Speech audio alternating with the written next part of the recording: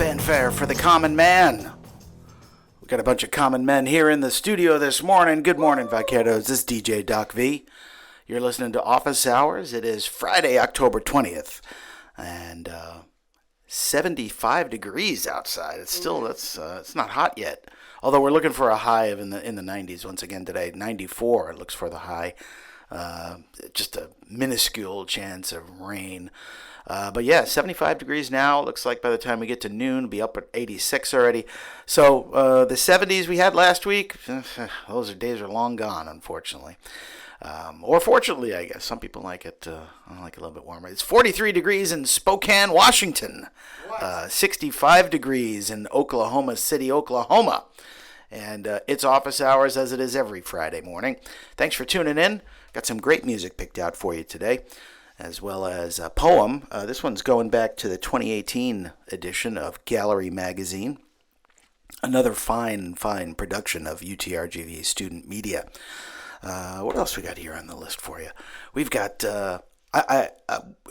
if you listened last week, you know I went up to San Antonio for the weekend to see Helmet in concert at the Paper Tiger in San Antonio, which was a great show. Nice little small, I prefer small venues. They rock hard. This was their last show before they take a break, and then they're heading off to Europe a little bit later. No, it was awesome, yeah.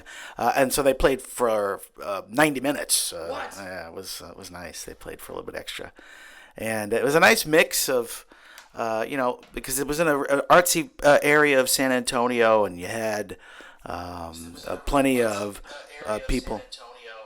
You had plenty of people that looked relatively young. That probably were college students or students from the neighborhood that maybe go to the Paper Tiger every weekend. But you also had several people with lots of either gray hair or no hair. So there were plenty of people in my age group. I didn't feel out of place at all. And so it was good. It was good. It was a good show. But on that trip, when we visited one of the shopping areas in San Antonio, they had a song playing in the store. I forget which store it was. One of these urban clothing stores with those, the rodeo. What's the rodeo brand? The Ariat or Ariel, or is it Ariat? Do we know? I think it's Ariat. Ariat, yeah. That's the rodeo garb, right? They had that. They had some other art collective that was doing T-shirts. But the song that was on, I'm like, ooh, what is this? I don't know what this song is. This sounds really. I've heard it before. It had me moving a little bit. So I was shaking. So of course, I had to grab my phone and say, "Hey, Google." I don't want to say it now because our phones are sitting out. But what song is this? And held it up and listened to it and stuff, right?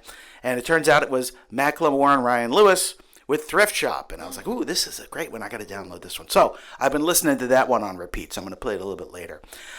We also got Ministry at the end, which is a really seasonal tune. Every day is Halloween. I'm going to play that later, probably a little bit. At the bottom of the hour, we've got our This Day in History, a couple of interesting political events that have occurred this day in history. But for now, to get into the music, I got to do this one. I don't know what had me thinking about it on the way in, but I guess we could call this one a deep cut. Because it's not, it's from the early 80s. This is the band Rush with a song from their Hemispheres album. I was talking to our station manager this morning, and I said, you got to go to the album with the brain and the naked guy on it to get the song. Right? So here's a song called Circumstances. One of these days we've got to get, it sounds weird. One of these days we got to get like that clip from Fast Times at Ridgemont High where he's talking to that person. Don't you want to go see Cheap Trick? And he goes, your mama's all right. He starts singing, your daddy's all right. It all seems a little right. Yeah, that was Cheap Trick, baby. Yeah. That's a classic movie. I mean, really, Before that, you heard Arcade Fire, and we discovered we didn't even realize it when I didn't even realize it when I put it on there, but.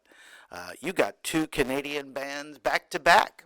We started off with Rush, great trio from from Canada, and then we followed that up with Arcade Fire, which is a band also from Canada. And I looked them up here in the Wikipedia, from Montreal, Quebec, consisting of husband and wife Win Butler and Regine Chassange, alongside Richard Reed Parry, Tim Kingsbury, and Jeremy Gara. So that's Arcade Fire. You heard, what is that? Modern Man from Arcade Fire. So thanks for tuning in, Vaqueros. This is DJ Doc V. It is Friday, October 20th, 75 degrees in the beautiful upper Rio Grande Valley. Blue skies out there tonight.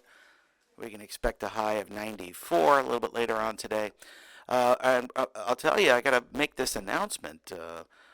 There's an event this afternoon that I'll be participating in. Yep, it's and in the Liberal Arts East Building, room 114 at 1 o'clock. It's a panel discussion that myself and a couple of my colleagues will be leading, titled Prosecution or Persecution. We're going to be talking about the Trump indictments.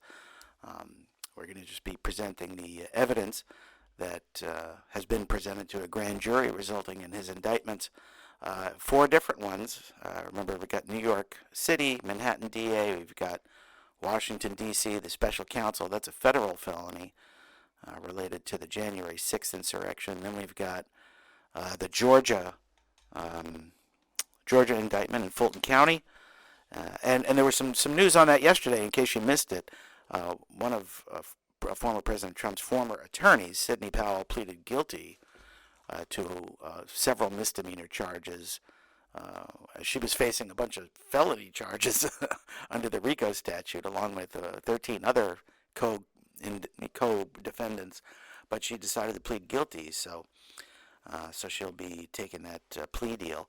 And then the Florida case, which is related to the classified documents, that's the one I'll be presenting on this afternoon. We're also going to have free pizza there. Free pizza. I know, it's bananas. Well, we don't have a lot of classes on campus on Friday, so we got to bring them in somehow. Yep. College students, free pizza. That's usually a recipe for success, right there. Right? So make sure you come down to Health Affairs Building East, room 114 at 1 p.m. We've also got a room reserved on the Brownsville campus in the main building, 1.224. So if you're on the Brownsville campus and want to watch us virtually, we'll be zooming in to the Brownsville campus. There will be pizza over there too? Yeah, there's going to be pizza there too. I know, it's bananas. We're going all out, so if you've got a chance, take a special trip to campus. It's Friday. It's a beautiful day outside. You could just be in for an hour or so and get some free pizza. So join us for the Trump indictments this afternoon at 1 o'clock, Health Affairs Building East on the Edinburgh campus. For now, let's get back to the music. And my buddy Steve out of Spokane, he goes, "Wait, you just discovered a song that's 10 years old?" Well, it happens every once in a while. What are you going to do? I can't.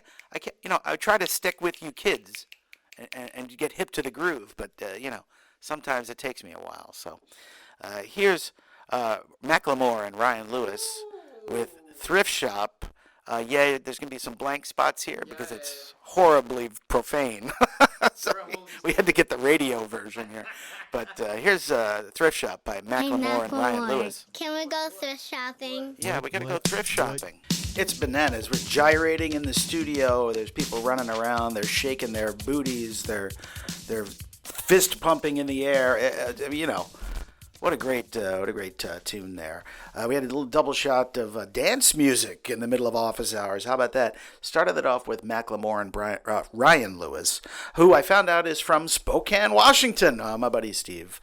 Shout out to my buddy Steve in Spokane. He sends me a message. Ryan Lewis from Spokane. Like, hey, that's cool. That's nice to hear. So that was Macklemore Thrift Shop. Right after that, this one you just heard, Aleem with Release Yourself. And I guess we could do a little therapy here since I'm on the mic. But, whenever I hear that song, it's an oldie, definitely from the 80s. It makes me think of the Funhouse. Though I know, you don't know what this is, right? No.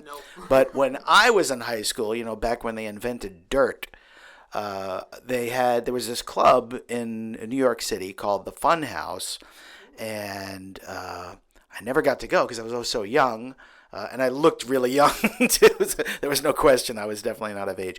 But they had this cool logo. It was a clown face with, multicolored, and had Funhouse in the hair. And I remember every time I saw it, we'd always get a little jealous seeing people with the Funhouse logo on their stuff. I didn't even know where the hell that place was. I don't know. But you go to I go to the Funhouse. Oh yeah, that's where we all hang out. And then a little bit later on, what was that other place? The Arena was another place. But that was just dancing, and you could get in if you were 16. I think. I mean, because they didn't serve alcohol, so I think I went to a bat mitzvah. There, that's the 16 though. That's actually a good age. Yeah. It was good. It was fun.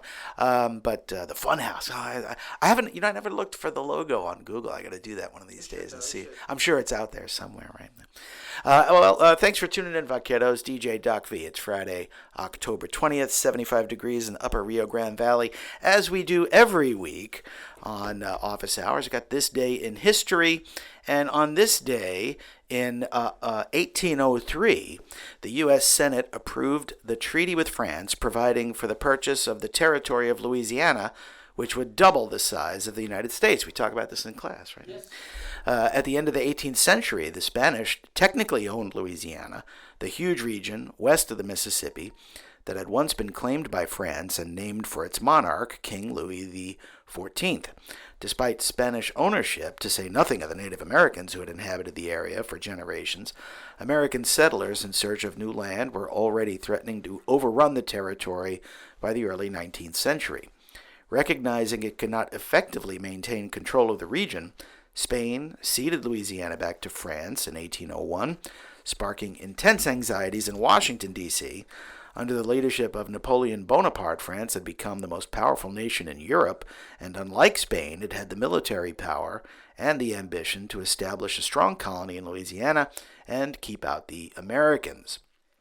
But they really wanted to maintain that port of New Orleans because it became a major commerce center for folks that were not immediately on the East Coast. They would move their goods down the rivers to the port of New Orleans so that they could export. So Jefferson in early 1803 sent James Monroe to join the French foreign minister, Robert Livingston, in France, to see if Napoleon might be persuaded to sell New Orleans and West Florida to the U.S., but by that spring, the situation had changed radically. Napoleon, who thought he would build a big empire in the new world, in the American continent, was now at war with Great Britain. So he's like, maybe we'll raise some money. For the low bargain basement price of $15 million, Napoleon offered to sell the entire Louisiana territory to the United States. And, they couldn't text Jefferson, the president, because they didn't have that technology, right? So they just essentially overran their authority and said, yes, we'll take it. And it became a challenge because Jefferson didn't even think that there was he was concerned that it was unconstitutional for the president to purchase land and just slap it on the end of the 13 colonies and now double the size of the country. But they ended up doing that, did it through treaty, and honestly, it was a pretty good deal. That's where we grow most of our food here in the United States, in the breadbasket, right? Kansas was part of the Louisiana Purchase, Iowa, North and South Dakota, Montana, for cattle ranching and stuff, Kansas, Nebraska, Oklahoma to some extent. So really interesting that this day in 1803 they ratified that treaty, doubling the size of the country. Right. Also, as I mentioned earlier, a couple of interesting political things occurred.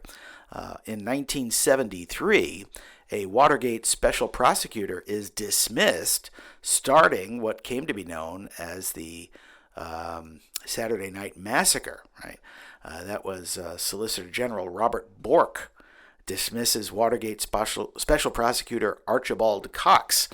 Attorney General Richardson and Deputy Attorney General Ruckelshaus resign in protest. Cox had conducted a detailed investigation of the Watergate break-in that had revealed that the burglary was just one of many possible abuses of power by the Nixon White House. Nixon had ordered Richardson to fire Cox, but he refused and resigned, as did Ruckelshaus when Nixon asked them to dismiss the special prosecutor. Bork was more than happy to do it. He took the instruction from the president and went ahead and did that. But, I mean, really it was more of a kind of a downward spiral from then going forward as Nixon would leave office not too soon after that, about a year later.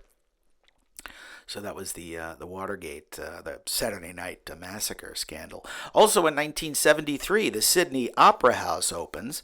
The classic architecture. I got to see it live in person back in 1993 when I was on I took a trip to Sydney and Canberra. Got to see it. It's awe-inspiring to see the Opera House up close, definitely. Also in 1947, Congress investigating communists in Hollywood. The U.S. Senate ratifies the Louisiana Purchase. President Kennedy secretly plans a blockade of Cuba. This was the Cuban Missile Crisis. And in 1994, finally, actor Burt Lancaster dies. I think he was From Here to Eternity. That was a movie that he was in, the big one, right? So that's this day in history, as we do every week on Office Hours. But for now, let's get back to the music. Got another kind of obscure tune here for you by a maybe not so much of a well-known artist, Brendan Perry. This one is an in-studio performance at KCRW in Los Angeles. This one's called The Captive Heart by Brendan Perry, only on Vaquero Radio, the Valley's student station. Yeah, Frankie Goes to Hollywood. That's one of their lesser-known cuts called Warriors of the Wasteland from the Liverpool album, which was the follow-up to Welcome to the Pleasure Dome. That's where they got a lot more attention, right, when they had their song Relax. I remember when the video came out, it had these lasers and smoke and all kinds of other cool stuff. Warriors of the Wasteland. Before that, you heard Brendan Perry from an in-studio with the Captive Heart on Vaquero Radio. Good morning, Vaqueros. 10:52. Got a little bit of time left here for you, as we do every week in Office Hours. I've got a great poem picked out for you. This one's from the 2018 edition of Gallery Magazine. We've got a whole library of Gallery magazines here. So we can plumb down pretty deep. But this is a poem by called Someday by Nina Selee. Around the length of her arm, a crimson red rose tattoo. Blossom, she said, I want to blossom. Around the length of her ankle, the words, seek not to alter me. Shakespeare, she said, some boys try too hard. In the compartments of her car, pill bottles scattered aimlessly. Pain, she said, always finds me. In the pockets of her jeans, she always manages to carry a pen. Just in case, she said, you never know. In the back seat of a car, kissing boys she hardly knows. It's fine, she said, it's fine. Within her room, a disarray of cookbooks and self-help books. Someday, she said, I'll be happy. That's a poem called Someday by Nina Selee in the 2018 edition of Gallery Magazine, another great production of UTRGV student media. Thanks for tuning in, Vaqueros. Just got a little bit of time left for you. But as requested, here's another 80s classic. This is Laura Branigan. It's a song called Self-Control.